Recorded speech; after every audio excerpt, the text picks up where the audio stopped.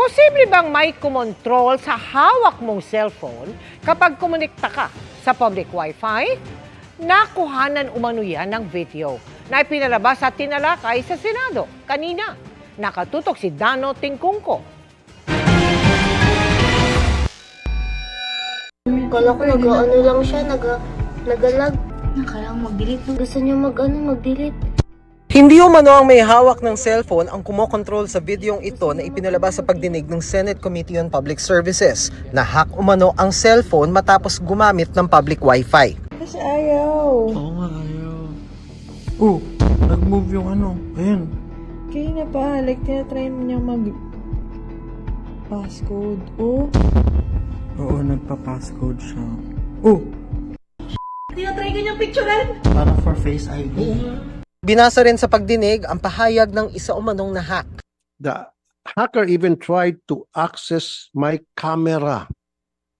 Dobleng nakakatakot na yun. Finally, I was able to access the touchscreen after many attempts and was able to turn off my phones. And when I turned on my phone again, na-change niya ang Face ID ko. So I disabled that na lang and then change all my passwords.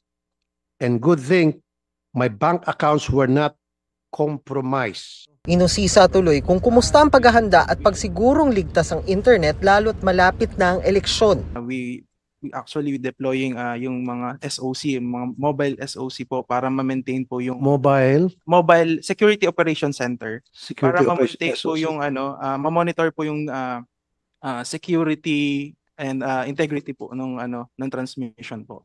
In terms of sa internet po katulong po namin yung telco. So, meron po mga parang database po. Ito yung listahan ng mga websites na na malicious, then ibablock po yung automatically para hindi na ma-access. Inungkat din ang pag-hack umano sa website ng Malacanang. Nire-refresh po yung yung systems po. Kumbaga pinapalitan siya regularly para yung sistema po is updated po in terms of security po. Then number 2 is yung compliance po sa standards po.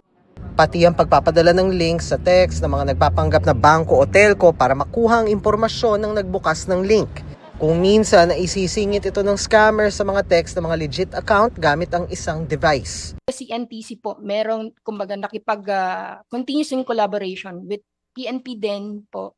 Dahil may nahuli po silang that kind of device. Para sa GMA Integrated News, Dano Tingkungko, nakatutok 24 oras.